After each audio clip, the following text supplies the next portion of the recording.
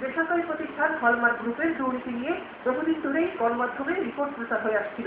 মঙ্গলবার সকালে সাভারের হিমায়তপুরে এ বিষয়ে সংবাদ সংগ্রহ করতে গেলে হলমার্ক গ্রুপের দুর্বৃত্ত ও ভাড়াটে সন্ত্রাসীরা বৈশাখী টেলিভিশনের সাংবাদিকদের উপর হামলা চালায়। এ সময় ছিনিয়ে নেওয়া হয় ক্যামেরা। এ ঘটনায় সাভার থানায় মামলা করতে গেলে হলমার্ক গ্রুপের এমডি তানভীর মাহমুদের নাম থাকায় মামলা নিতে গড়িমসি করে পুলিশ। পরে আইজির হস্তক্ষেপে মামলা রেকর্ড করা হয়।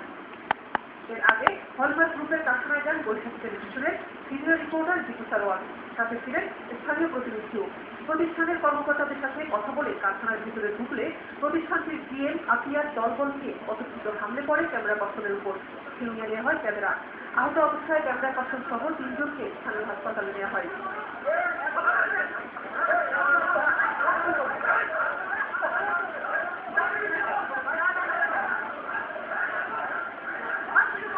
খবর পেয়ে ঘটনাস্থলে ছুটে যায় পুলিশ। কিছুক্ষণ পর হলমার্কের ব্যবস্থাপনা পরিচালক তানভীর আহমেদও উপস্থিত হন সেখানে। কেন সাংবাদিকদের উপর এ ধরনের হামলা হলো সে ব্যাপারে জিজ্ঞেস করা হলে তিনি কিছু জানেন না বলে জানিয়ে দেন। আর যার নেতৃত্বে হামলা হয়েছে তাকে আর খুঁজে পায়নি পুলিশ।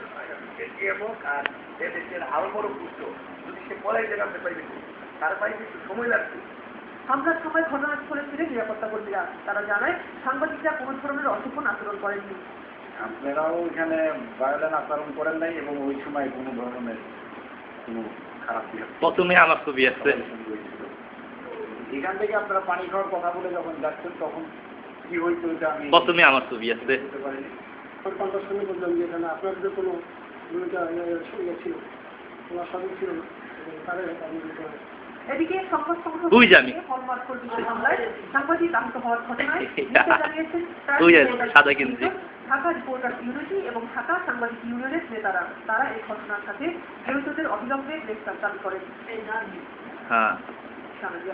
বৈশাখী নিউজ ঢাকা।